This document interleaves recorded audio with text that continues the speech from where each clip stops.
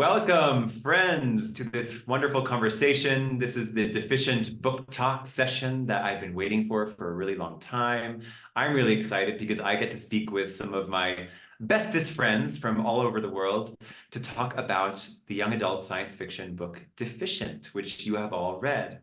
This is the first conversation that I'm having, at least online, to talk with people about the book itself, right? So this conversation is to get into the nitty-gritty, to talk about what people thought of the characters, the plot, the themes, and there will probably be some spoilers. So if you are not into spoilers and haven't read Deficient yet, but you're watching this is your warning. Be forewarned, because we're talking about everything, right? So I'm really excited. I have a bunch of questions to ask you all. You have all been carefully selected because you're very honest people. And I know that you are not afraid to share your opinions or thoughts, be them wonderful or terrifying. So feel free to please be open and honest in this conversation. That is more than welcome. Yeah. So I think we can actually have everyone introduce themselves. So if you can let us know your name, where you're from or where you're calling from. And I'd also like to know how you read the book. Did you read it, on Kindle, paper copy, audio? Be curious to know. So we will go in order from who I see on my screen. So Ruchi, over to you. Michael, I hope this is not the order for all your questions now, so I'll go first for the introduction. So I'm Ruchi. I'm from India, originally lived there most of my life, moved to Ireland 4 years ago, so I'm now based in Dublin. So I'm calling from Dublin. Great. And how did you read the book? I read the book. I have the wonderful physical copy, which I will yet to get signed, but I read it with a physical copy. Cool. I'll sign it next time I'm in Ireland. Let's go over to Helen. Hi, everyone. I'm Helen. I'm based in Nairobi, Kenya. I read a hard copy in October last year while on holiday in Mombasa.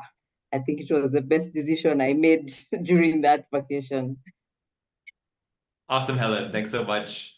CJ, over to you. Hi everyone, my name's CJ. I'm based in the UK now, although I met Michael in my 4 years in Nairobi, and I read it on ebook on my Kindle. It's the best friend you can have when you travel.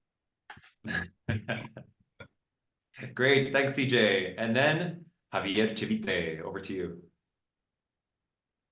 Hi, I am Spanish man. I moved to Ireland when I was young. I lived there for over a decade, and now I'm in Argentina.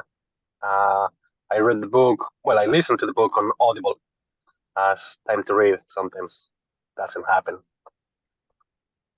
Great.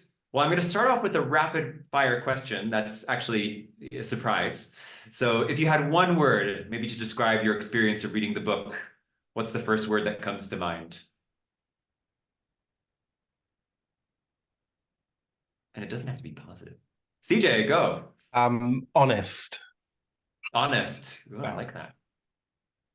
Chivite, you looked like you wanted to say something there. Oh, I just can't decide on a single word. I will say raw. Raw. Very cool. Helen had her hand up. Captivating. Captivating. Okay. Similar Ruchi? as Helen, I'd go with engrossing. Engrossing. Okay, fabulous. Okay, that's great. I think those are good words to start. There were no 4-letter words in there, so that's great. So I think, yeah, Deficient is an interesting book because it imagines a future world where humans have evolved, right? So if we imagined ourselves in that world, we would be humans who have acquired superpowers. But if we were, say, a group of 100 people, we'd have maybe 99 superheroes and one person who unfortunately has not changed. They have been classified as deficiently accelerated or deficients who do not have superpowers. So I was trying to imagine a future world where, we have changed, but we've overcome some of the things that are really challenging for us now around race, ethnicity, sexual orientation, gender identity. We've moved past that. But this new ability system has somehow resulted in a hierarchy of powers, and it's almost like a new type of caste system. So I was wondering, what did you think of that? And do you agree with me? Do you think that if we were to evolve and change, that humans would respond to the situation in perhaps a negative way to justify discrimination? Or would humans actually, maybe accept each other in a peaceful and loving and harmonious way? Do you have any thoughts of how maybe you would have conceived this future world? And open to all of you, so feel free to come off mute and share your thoughts. I agree. I agree that humans are not good by nature. So I do agree in this dystopian future where power literally means power. So the more powers you have, the more power you have, or a higher status, which leads to discrimination. Because if no one is equal, no one is equal. Fantastic, Chivite. Any thoughts to that? I agree as well. I think humans are not known for absolute goodness. So utopia does not exist. So there would still be some form of discrimination. We cannot be equal. I don't think humans are wired to think like that. What's so bleak? Such bleak outlook on humanity.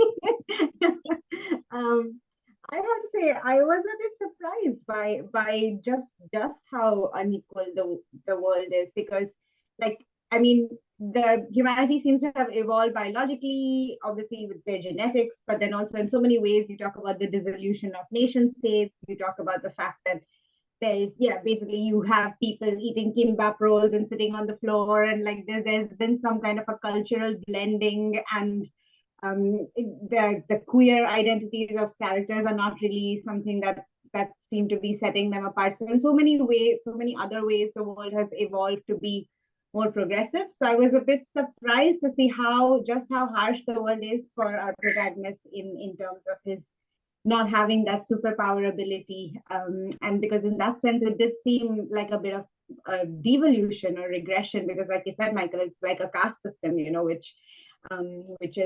which is something that hopefully we never go back to. So in that sense, I was a bit surprised. I thought I agree to some extent. Obviously, there will always be differences and there will always be discrimination, but I would hope that if we do become superhumans at some point, there would be a little bit more sensitivity about those differences, and it wouldn't be quite so taken for granted that deficients are second-class citizens, or I hope our deficient potential future deficients don't get the kind of treatment that poor Ale gets in a large part of the book. Yeah, thanks, Ruchi. If I might, I really enjoyed the premise in that everybody has a superpower except for Ale.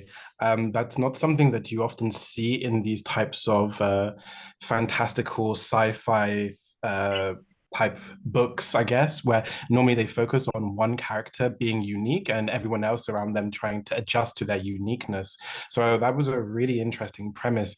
And I agree to some extent that what Ruchi was saying, that it was quite jarring how aggressive the world seemed to be towards Ale and the Deficients as a whole community. But then when you look at human history, it's not really that surprising. It does kind of follow that tendency of the group finding another prejudice. Everyone has this thing in common. So everyone has superpowers, which is amazing.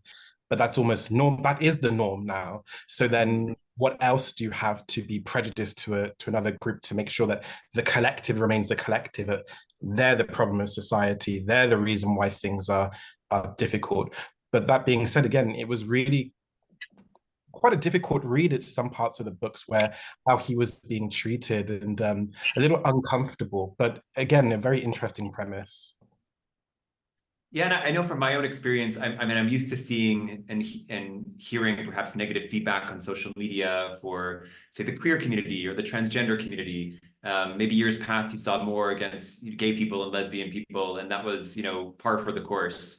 I think what I've seen now in the news, and even also my own social media, if I post on something related to the rights of Palestinians, anything related to the current crisis, the level of attack that I've received in my own inbox from friends who I either grew up with or went to college with, who are educated people, the messages that I get come from a place of what feels like to me complete lack of empathy for what's happening in Gaza now, and a very one-sided approach. And I think the challenge for us as humans is that issue of empathy. How do we, put ourselves in the shoes of others? How do we understand the situations that others are experiencing, and try to promote something different? So I think the experience of Alejandro kind of taps into some of those things. We're all from different places, so I think we're familiar with, in some different contexts, which communities face different types of discrimination, and perhaps why, even though that might be difficult to justify or explain.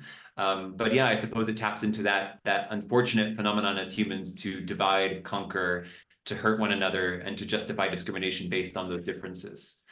So yeah, it comes from a dark place, but I think it comes from a very real place, unfortunately.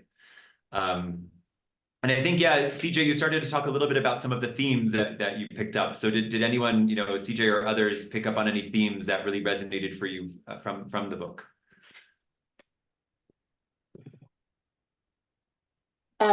I did. I mean, in the midst of all the mistreatment and the meanness from the kids in school, there was still a theme of loyalty and friendship and humanity, both in school and at home.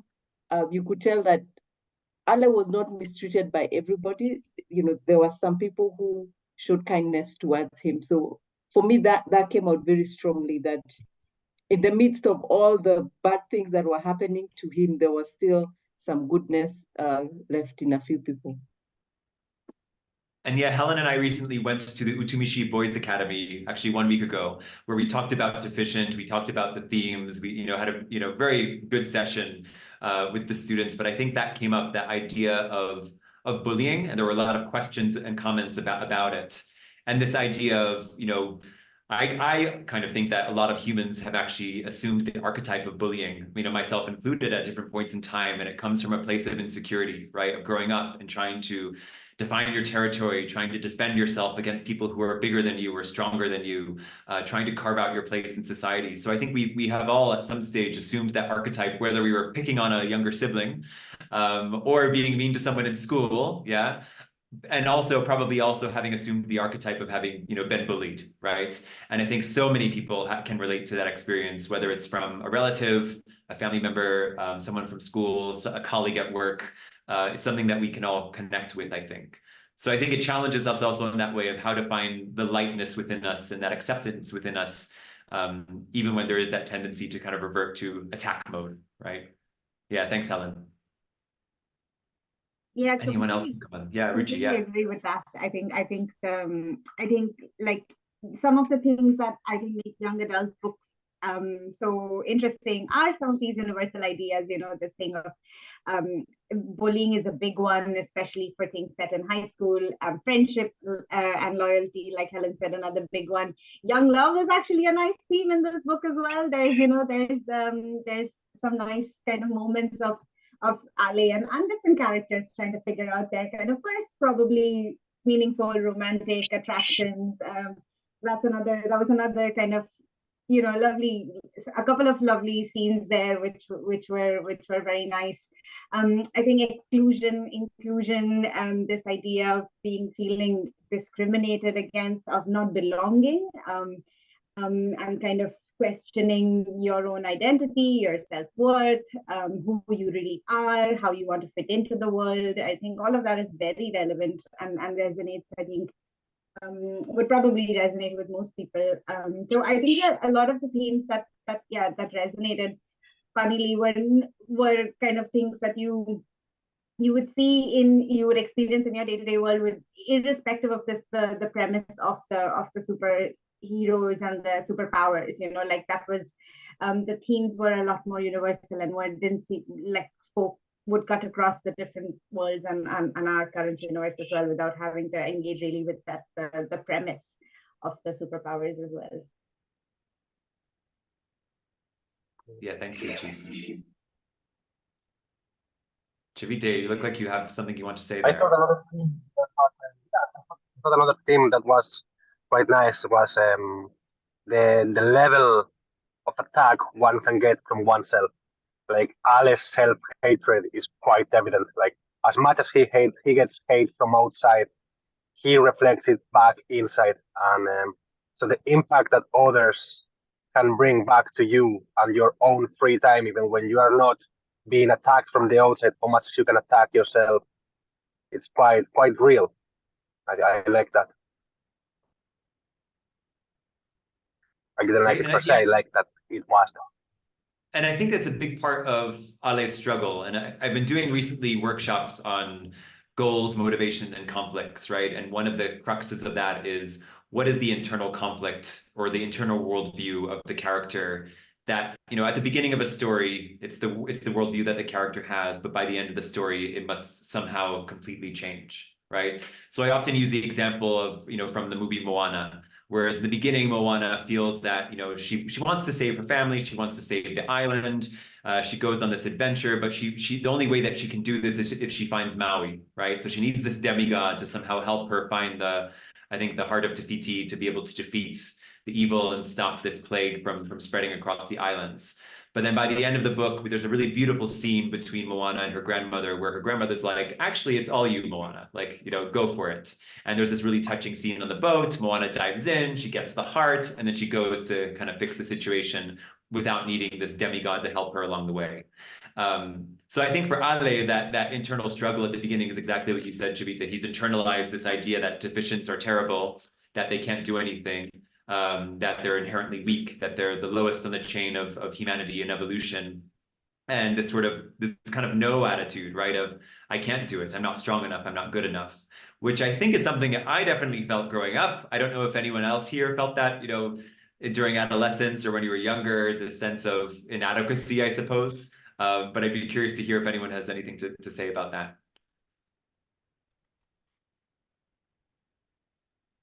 I didn't know we were talking about ourselves now. Yeah, I went through like good 15, 16 years of heavy bullying. So yeah, one gets to internalize some of the hatred from outside, but I don't know. Ale was too much at some points. Like he was really, really at himself, like nagging even, and a lot of repetition in his own nagging. Like there was basically no light in all of his darkness other than Yolamba. But even her was sometimes mentioned as an afterthought. Like first was my pain, then the help. Like his mother, for example, he barely recognized her as a support figure. Like it was mainly darkness and then two small lights, which were his mother and Yolamba, and that was sometimes a bit much. Yeah, like there is normally more light than that. And afterwards in the book, you get to see that there was more light around that he couldn't even see, like ears that recognized him for who he might be, with no prejudice, that he never even thought they were real around. Like when or what's his name, the Japanese lad, Kazuki. Kazuki. You know, like he's so focused on his own darkness that he doesn't see outside. And I thought it was too intense sometimes, too much. Yeah, and we are really stuck in Ale's head. It's the story's told in Alejandro's first-person perspective, you know, and I guess we get a deep dive into his internal narrative and thoughts, right? Yeah, how did Alejandro's first-person perspective resonate with others? I think that's one of the things I like the most about the portrayal of Alejandro is that it is told from a first-person perspective, in that you are not seeing things through his eyes, but you are him almost. And I think that's why so many people had such a visceral response to his character. You know, Chivite is saying that his self-loathing was a bit too much. Other friends who have read the book are saying that they felt sorry for him. I think it's a narrative that someone who comes from a social position, perhaps, where they are less than, or because of their sexuality, religion, ethnicity, they are put aside, they are less than. And that's really something that I think that makes the character so realistic, which again is why maybe you have such a visceral response, because you say, well, I wouldn't be so pathetic as Ale. Okay, maybe you wouldn't, but this is his story. And that's something that I think you've crafted quite well, is this kind of quasi relationship, this symbiotic relationship. You know, for me, I'm a gay man who grew up in a Jamaican household. Both my parents were ministers when I was growing up. So this whole idea of being deficient was kind of very stark for me. And so I felt sorry for him. I hear what Chivite is saying, that, you know, the self-loathing was so real. But it also, that's something that I think, if we're honest with ourselves, is can be the moments of real darkness and sadness, that you are just so lost in your despair that the whole world seems to be against you, and even your own family, be it your mother, your best friend, they can't understand because they can't understand. You know, they go to bed, they wake up, they have these powers. You go to bed, you wake up, you're still nothing, and you're nothing in your family, you're nothing in your society, you're nothing in your school. That being said, you know, I'm kind of team Ale in the sense that I think the one thing he had going for him is this determination that, yes, this is the reality. I accept it for it is what it is. I can't change it. What I can do is move forward. And he does move forward in the narrative. It might not be, you know, the Herculean moment where he wakes up and is 6'3" and his chest is huge and he can lift a mountain, but he moves forward in his own way. Yeah, brilliant, CJ. I love that, you know, perspective. And it made me think of the scene where Ale first learns that he's deficient, right? And it's this really strange scene where his parents are being, you know, within a specialist. The specialist takes them aside. They have this private conversation. They come back out. The father's furious and knocks, you know, breaks down this door and just leaves. And then from that point on is just completely hateful toward Ale for the, you know, for the days that follow and the years that follow. And then the mother comes out and really has that sort of, it's kind of like that coming out scene of that really, you know, heartfelt moments. The mother's crying a bit and is just really, but ultimately you see that sunshine in her, that, you know, she's supportive of her son, but obviously worried about what he will face in, you know, going forward from that point on. And it's that sense of, yeah, I am different, and no one even will tell me that directly to my face, which is quite sad, I think. Any other thoughts? One thing that struck me as a bit unbelievable within the book's world is that Alice's thoughts were so loud in a world with mind readers. I mean, we do learn later in the book, even Ale himself didn't notice that most people won't read the mind of a deficient. So he didn't even know that people couldn't read his mind. And he's insulting people left, right, and center after getting beaten up. Like, I like the idea that he will write down his thoughts as a way of not thinking them. But he's thinking them all the time. Of course, if you keep calling someone a gorilla, of course they're gonna punch you. Like, there is no need for so much all the time. Like, if there was a bit of thinking his actual thoughts, like instead of just repressing everything and then splurting it in his diary, that would be a bit more realistic. Also, Alice's thoughts are always about himself, like always in his own belly button. He's not thinking about what everybody else might be going through. Like, I don't know, someone with little power within their power might be at the very bottom of the barrel, almost just right next to him, but with some added expectations.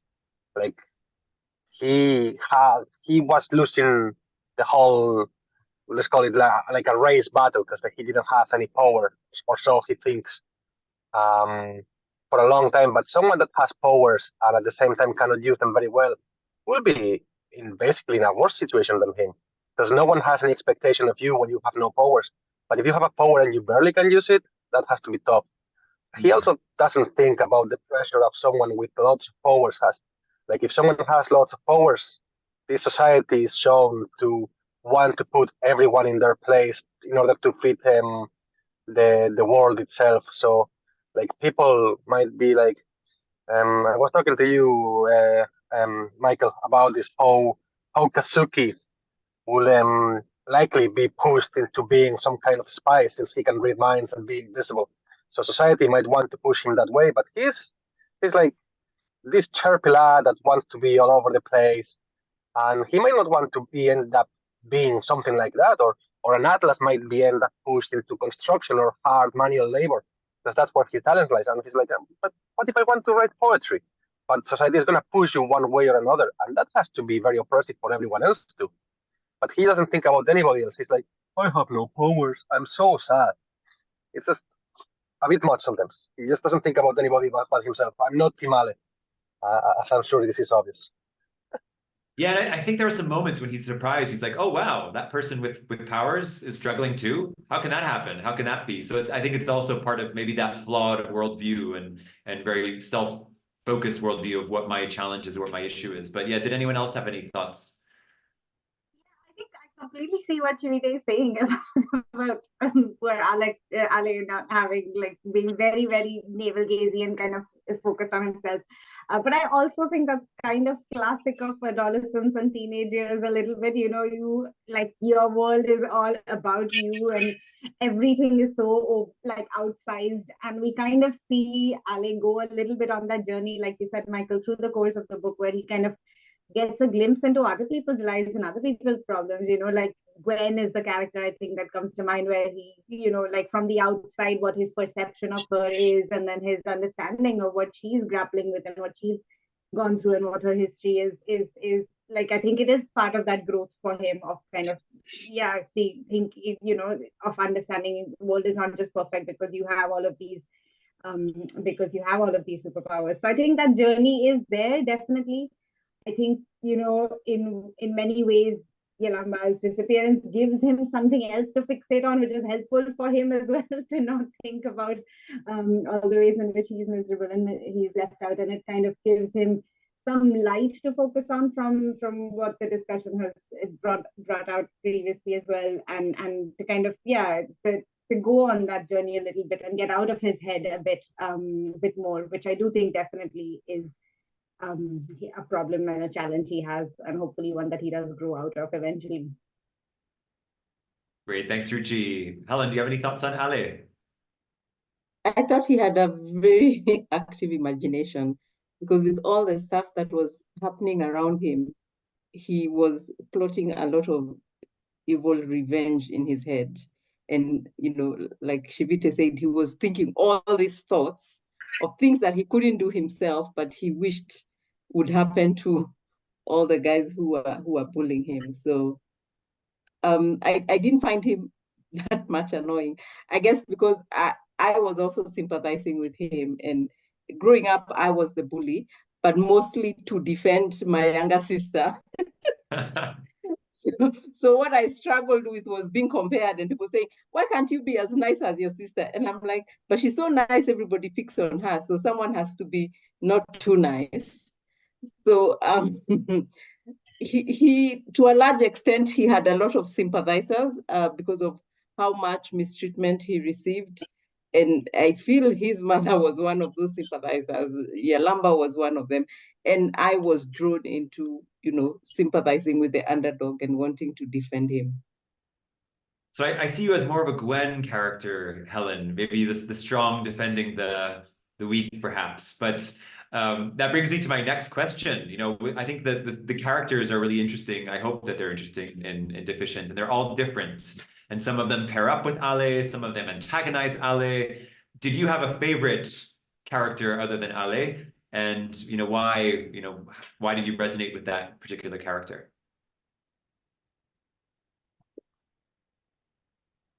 I would say I had two favorites. My most favorite, of course, was Yalamba, because I loved her friendship and her loyalty, and she really was loyal to Ale, and especially knowing how disadvantaged he was and how much she protected him. And then in her absence, then Gwen stepped up, and I really identified with Gwen, because I loved how she would beat the hell out of Landon and protect. So those two, again, because of the friendship that Yalamba had and her loyalty to Ale, and Gwen's how well she defended him. And he was doubting, why is Gwen, standing up for me? Because she didn't even think Gwen knew his name. So that was refreshing. Fab, Helen, any other thoughts? I liked I like Kiki. I feel as though Sorry, his CJ. character came along at the right time for Ale, and he kind of played the cheerleader and also the kind of the character who was like, okay, that's enough being pathetic now, you know, grow up. Like, this is the reality of your situation. Let's move forward. Let's be positive about things. And I think that's what he needed at that time in the story. And he was kind of like maybe the Jiminy Cricket, I guess, to Ale's like depression, I suppose. And I found myself wanting his character to appear in every other scene he was in. Yeah, he was a fun, cool guy, I think. Yeah, Chivite, you wanted to come in too? I'm Oh, sorry. Kazuki actually. I don't know, Chivite, if you had a different one, but I was gonna say Kazuki as well. I completely agree with what CJ was saying. He was a real, like, I think he was kind of sources of kind of a bit of comic relief as well. You know, there's a bit of lightheartedness to Kazuki, which I think Ali really benefits from having around him. You know, he's a bit like he has his surprising moments at time. You know, I think the kind of initial moment where he doesn't say to Landon what he reads in Ali's mind, which was a really nice kind of moment of both, shows you a bit of the courage and also a sense of, I think, a little bit of the mischief that Kazuki has as a character, which I thought was very nice. And I enjoyed reading him. Yeah, I agree. Kazuki was one of the best books. I thought that his character brought an insight to other people's minds, and it also helped quieten a little Alice. Like maybe, I don't know if maybe because he realized that his thought could be read, or because once he heard other people's thoughts, he made them more human. Like, but either way, Kazuki was a great addition both to the story and to Ale. Like, like Kazuki was almost a catalyst that helped Ale embark in the journey. Like, Ale was so down on himself that he saw no light at the end of the tunnel, and then Kazuki is like, "Hey, what's next?" And that's what pushed him. Like, almost Ale's journey is almost paddled by Kazuki's first push. I thought not only Jalamba's disappearance, but also the support of the next person, which was Kazuki. I did not trust Kazuki. Why did you not trust Kazuki, Helen? I mean, how he was introduced to the scene, I really couldn't trust a guy who was working with Landon. So I was expecting at some point he would flip on Ale. I at some point thought he was the villain who was responsible for Yalamba's disappearance. So all along I kept thinking there's something off about this guy. Yeah, so he proved me wrong, but I really didn't trust him. And I guess the mischief had something to do with it. Yeah, and it's funny. There's that when he's introduced, Landon is actually using Kazuki's power to his benefit to help read Ale's mind, right? So he's trying to get information from Ale, and Kazuki starts doing it, but then at a moment it flips, and Kazuki actually starts lying, so giving false responses over to Landon. And it is that interesting thing. It was challenging to write. How do you write a mind reader who's reading minds? But then, you know, flips and switches and get to understand that. And then I think, yeah, Kazuki serves a little bit of a comic relief, right? I almost was inspired by side characters like Dory in Finding Nemo, right? Like, you think about that story and it's lighthearted and colorful and wonderful in a way, but it's really sad, tragic, and dark when you think about it. But yet you have this Dory character who's just keep swimming, keep on going, encouraging the protagonist or one of the protagonists to help find his son who's been lost and is in a fishbowl and probably is not, not going to survive and come back to the ocean, right? After the wife and mother, passed away. So yeah, I think there's a little bit of that. There's like a Sancho Panza element there. I think there's a lot of, that archetype of the side character who's a bit more positive and pushing the maybe depressed or, main character who's stuck maybe in a rut into a more positive direction. And when I talk to people about Kazuki, or I talk to groups, especially young people, when I ask, who their favorite character was, Kazuki's, their hands go up for Kazuki, and people really, really seem to like this character, which is great. Yeah. So I think, yeah, any other people who resonated with another character? I mean, Yolanda is an awesome character, of course. Like, you know, it kind of goes without saying, so don't have to spend too much time. But she is definitely one of the very, very likable characters. Yeah, her fierceness, her loyalty, her love, her determination, confidence. Like, Yolanda is a queen, and yeah, so I'd be surprised if if there's anyone who doesn't like Yolanda's character. My dad recently read the book. It took him a long time to read the book. And I was a little afraid because I kind of modeled my own like family, you know, not exactly, but you know, there's a father, a mother, and three sons, and that's my family structure, right? So I thought he was going to read it and sort of interpret it as, oh my God, you know, what's going on here? And so my mother told me, Michael, your father's really upset. I was like, oh God, what happened? And he wasn't upset with that about, you know, the father character. He was upset that Yolamba, he's like, Yolamba's been missing the whole time. So he really liked Yolamba, loved this character. I think a few of us know, actually several of us have interacted with actual Yolamba at different points in time. We know how fabulous she is. And it's someone who's helped inspire elements of this character. But Yolamba really comes from a place of like, yeah, the girl who would take you to prom in high school, or the one who hangs out with you or does a sleepover or supports you when you're being bullied. So many best friend, archetypes, I think, also influenced the creation of Yolamba and different specific memories, which is maybe why she feels a bit, I hope she feels quite real to the reader. Yeah, it's Anyone her else? dedication actually. Sorry, before someone comes in, Michael, do you want to like tell us a little bit more about Tara, who the book is dedicated to, who seems to also have been someone you drew? Yes, yeah. So I grew up with a fantastic person named Tara. One of our first interactions, I think, was in second or third grade. We were paired by our teacher to do this, exercise where we were rolling dice, and we had to form words with the dice. And we rolled, these different letters, and it's actually a scene that takes place in the book. So I assembled my letters to spell sun. She assembled her letters to spell not. We put them together, and it spelled snot, which sounded, just like. So we were dying laughing, like literally rolling on the floor with laughter in third grade. And the teacher was very strict. She came over and separated us. She put each of us into the naughty corners of the room. But from that point forward, I think, I knew Tara and I would be very, very good friends for a very long time. And Tara is someone who has overcome serious obstacles in her own life in different ways, shapes, and forms. And I won't say too much here because I also want to respect her autonomy and privacy. Maybe Tara will come on and speak one day about her own experiences. But she's someone who experienced a tremendous amount of bullying for all the wrong reasons growing up. And it's almost a surprise that she's even come out of it, still standing. And she has. She's an exceptional mother. She's an exceptional teacher. She's an exceptional friend. And she's inspiring young people on an ongoing basis every single day. And she continues to inspire me every single day.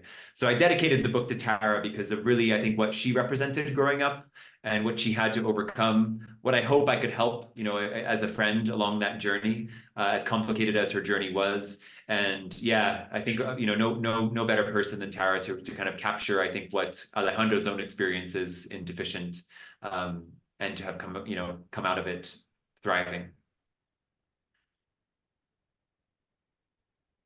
Chivite, I see a coyish grin on your face over there. What are you thinking? Let's put in the spotlight. Is only the dice scene between Ale and Yolamba the one that you can mirror with Tara? No, it's not that scene only. I think it's like the nature of the interaction as well between one another. I think Tara was someone who, growing up, was that friend who was just very blunt and very direct with you, just told you like it was at all times.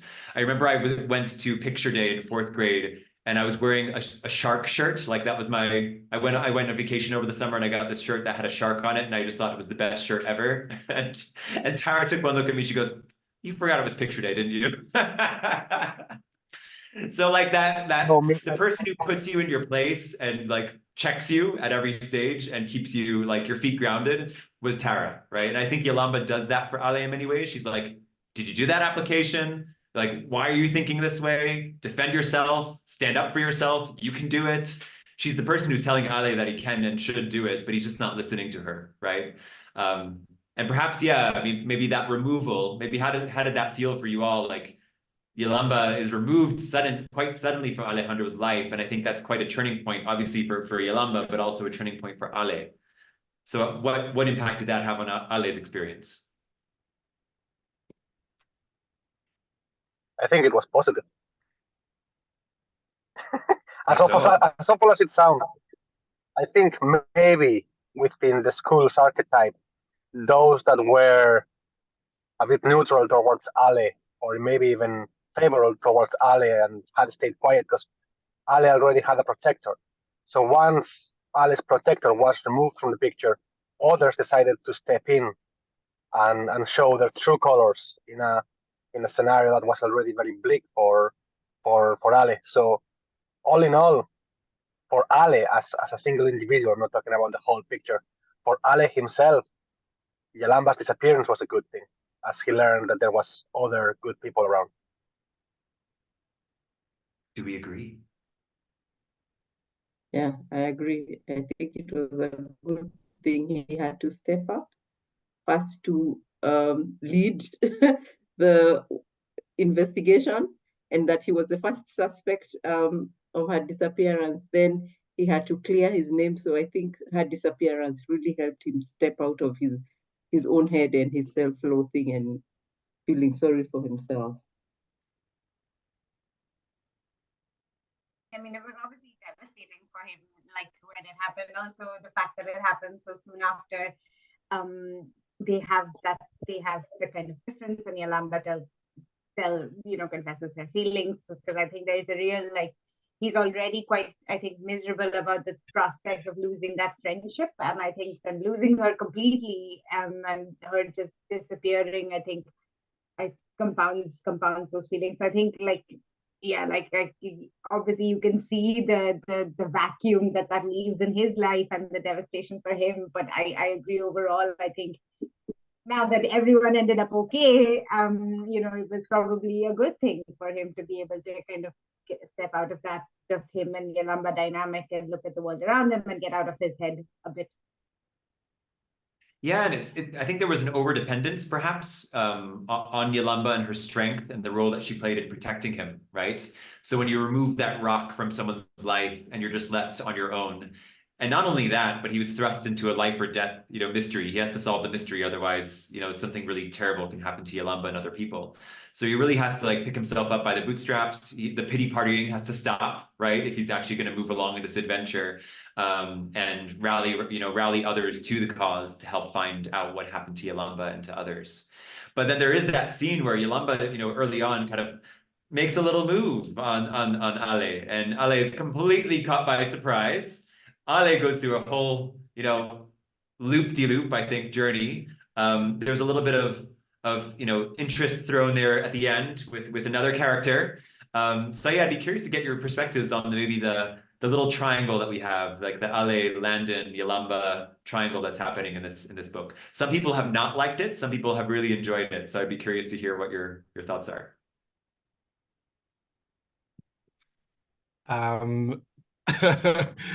Yeah, that was a really interesting pivot. In a moment of honesty, I think, from Yolanda, and maybe one of maybe as Chivite had said earlier on, Ale is so in his own head, he doesn't really think about other characters until later on in the book. And so maybe he wasn't aware of these signs that were kind of flashing lights that she was putting out. But again, I think it comes down to his inexperience of interacting with other people, right? Not really knowing how to move in social spaces where he is considered desirable, and therefore, why would she be interested in me? She's my best friend, she's my sister, she's my protector. Hey, she's also in love with you. So I kind of Earth to Ale. I kind of felt sorry for Yolanda in that moment, but it's a testament to her character in that she is just bold and she's always out there, and it's also a testament to Ale's, I guess, blind love for her, but in a more fraternal sense of the matter, it's unrequited love.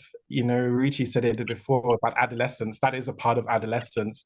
You can have a friend who's a friend, and then they say, I'm in love with you, and you go, okay, what do I do with this information now? Oh, push back, push back, push back.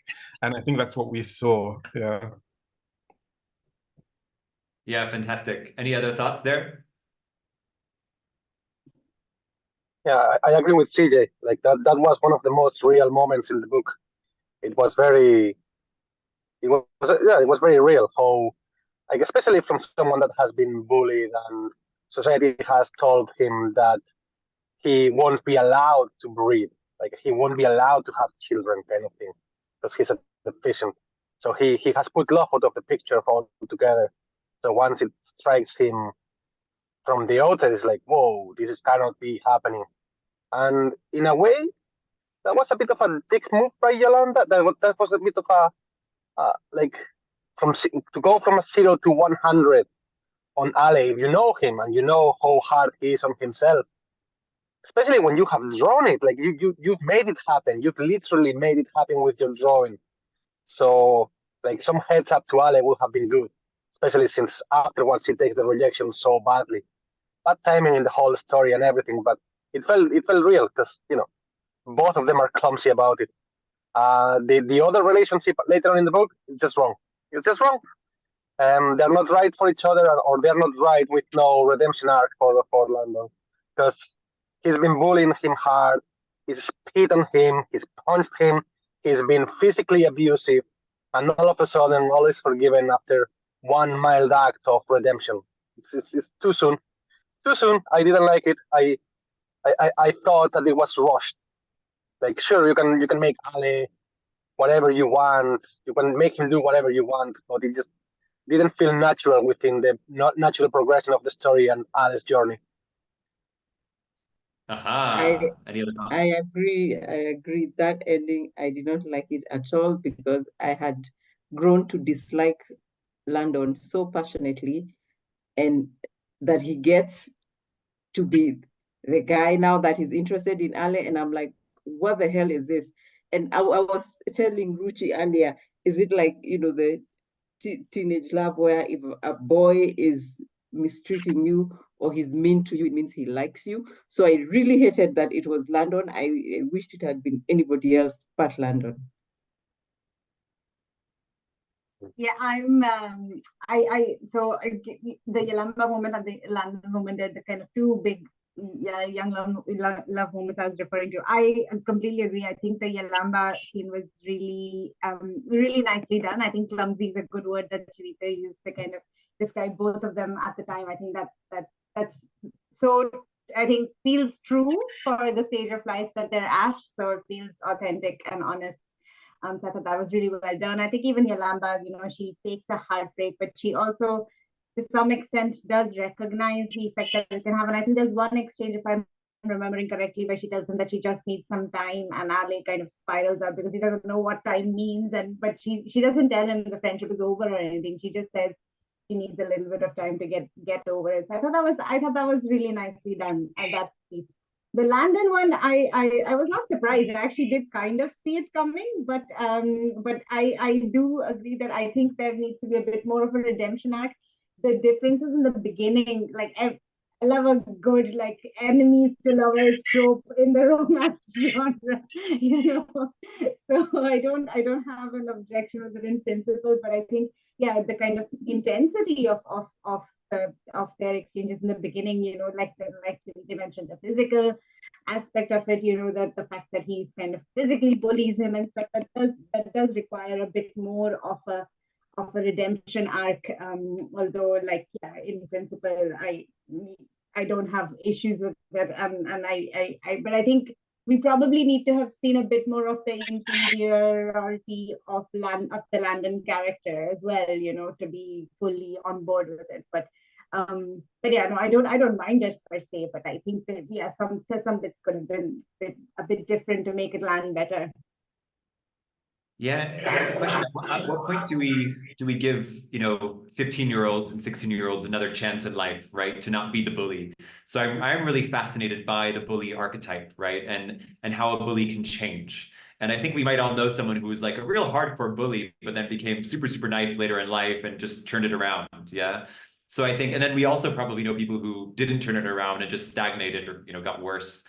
So I think but it was an interesting one to explore. And I dropped a few things in the book around even points at time where Kazuki might have picked up on something and Landon's threatening him and saying, don't even say it.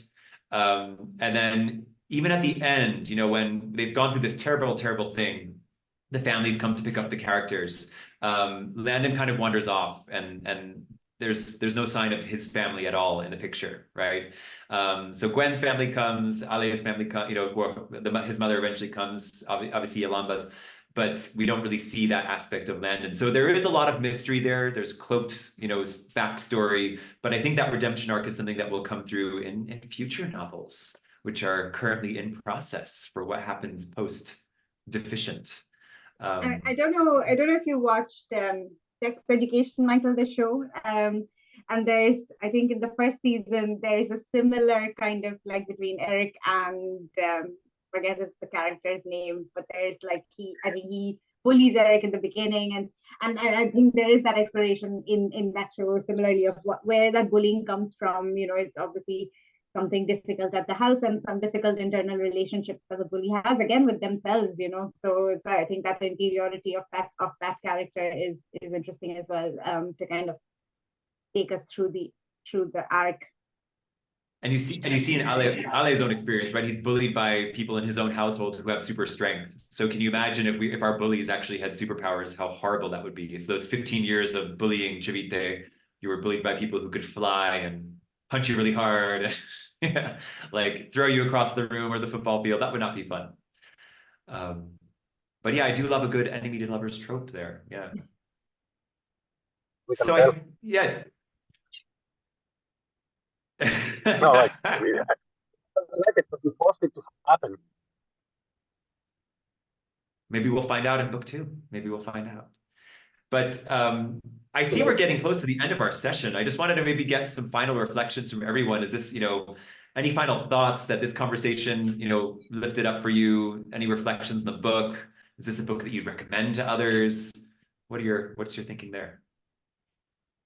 I have one burning final bone to pick with you, Michael, that with the author, that I didn't want to leave this meeting without. It's major spoiler alert. So if anyone doesn't want to, get a major spoiler, stop watching. But Michael, why did he have to turn out to have powers in the end? I was so upset by that. I thought it defeated his whole arc and the whole journey he's been on. I was very annoyed with you for that. That wasn't a favorite plot twist for me at all. You're not the only one, Ruchi, but some people have liked it, some people have not. What did others think about that? I liked it. I didn't. Maybe you didn't though. Maybe it's all because Yolanda's drew them together through the ages that he came back to life. So I'm hoping that's the only reason he actually came back to life, is because Yolanda drew them together through the ages and not because he actually has powers. I would like that to be true. That's my own theory and maybe my own desire reflected back. Very interesting. I didn't think of that, Chivite. I mean, and I didn't want it to end with Ale just like realizing that he just loved everyone, and that was I his actually power, saw right? it coming. Yeah, Helen?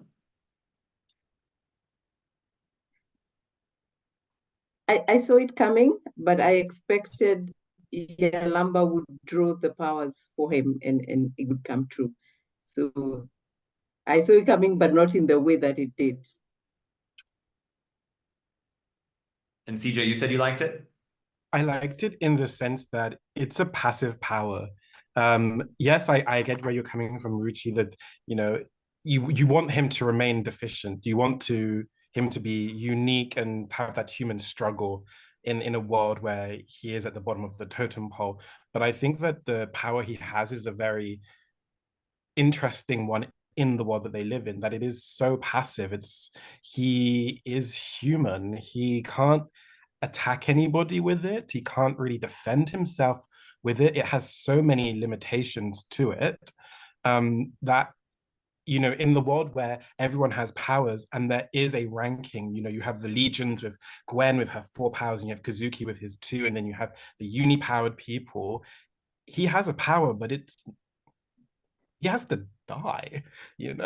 That's the power. And you know, what comes of that when you live in a world where there's super strength and telepathy and telekinesis and there's people that have everything? I don't think it really changes him that much in terms of how he's perceived. Okay, he's not deficient, but he has a new power that no one really understands.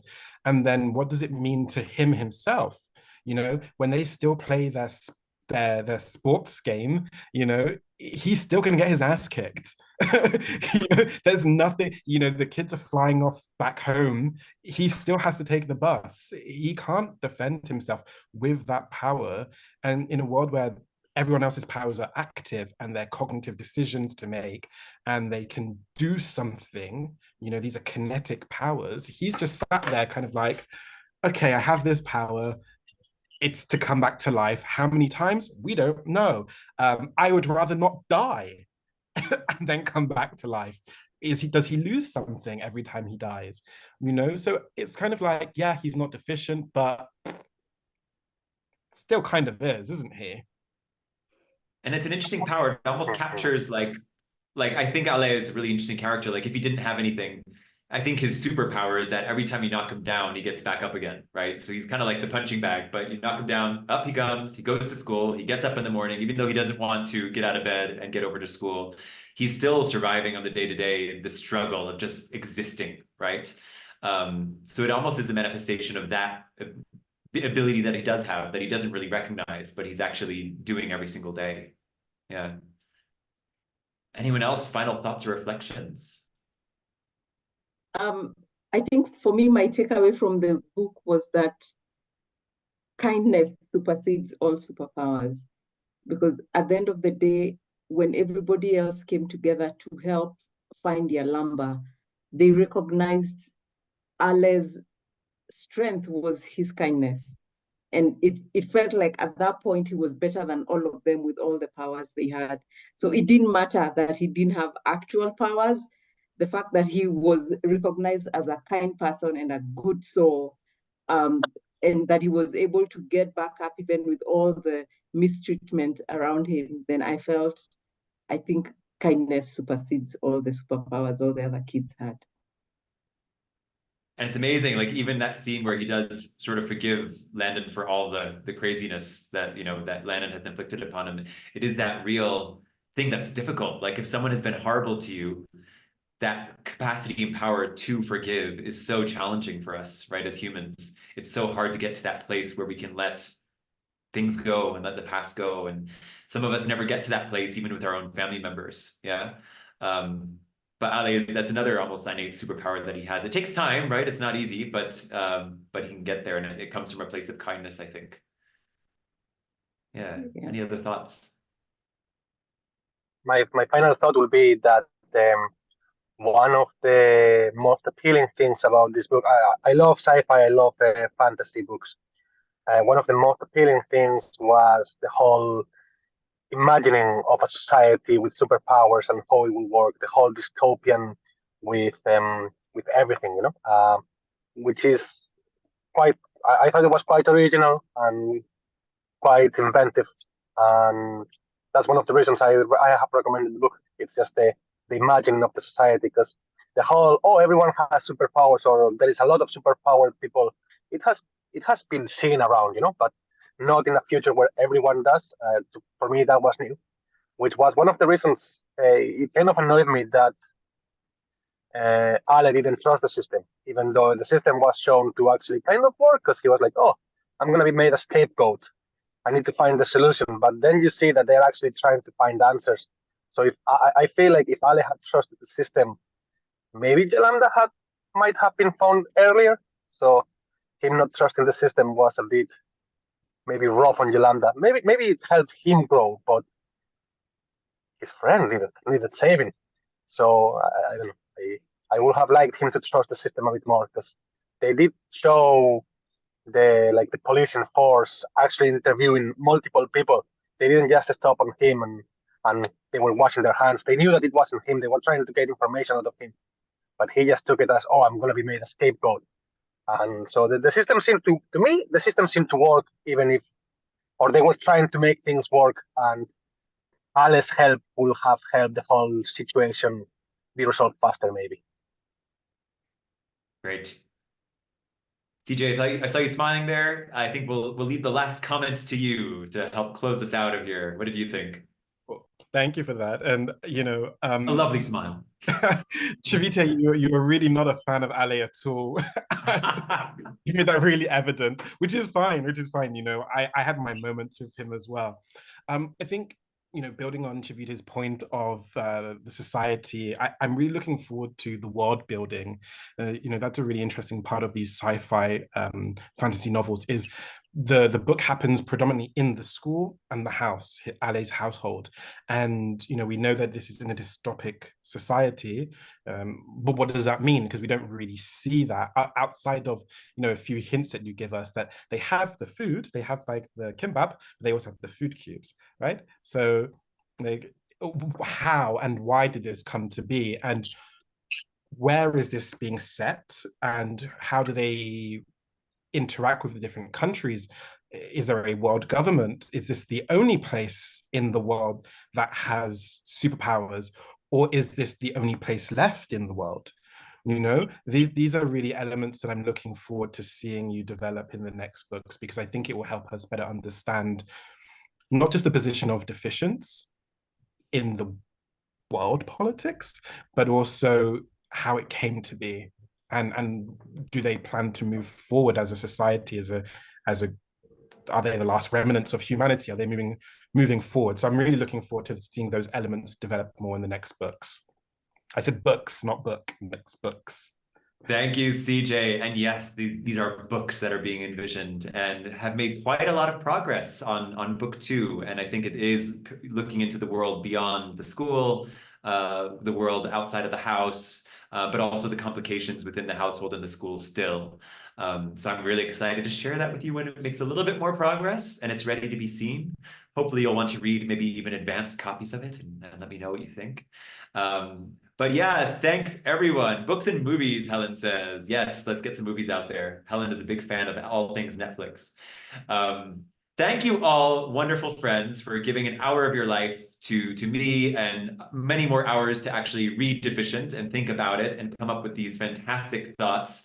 Every time I talk to people about the book, I learn something new. And I really appreciate the points of view and perspectives that you brought, the questions you asked, the way that you've challenged me. And I think for anyone who writes, this is a dream, just to hear people talking about the ideas, the content, the what ifs, the problems, and the things that perhaps went well. So I really, really appreciate you all. Asante sana, muchas gracias. Thank you to everyone for everything. And I want to say a big thank you to Kiana, because we have Kiana on the screen here. Who, if we're watching this video, people will be like, "What? Who's Kiana?" Kiana Stockwell is a fantastic person who's helping to bring this event together. She's a social media and comms specialist who has been helping to get Deficient out into the world over the past months. She works with many authors and has been an incredible support over the past while. I love working with Kiana. Thank you, Kiana. I think we can all come off mute and say thank you and give you a round of applause. So great. I think we will be posting this online. So hopefully we can all see our fabulous, wonderful faces talking about Deficient soon. And we'll share this out with the world and hopefully keep the conversations going. So until next time, everyone, thank you again for your time and talk to you soon. Thank you. Bye. Thanks, Michael.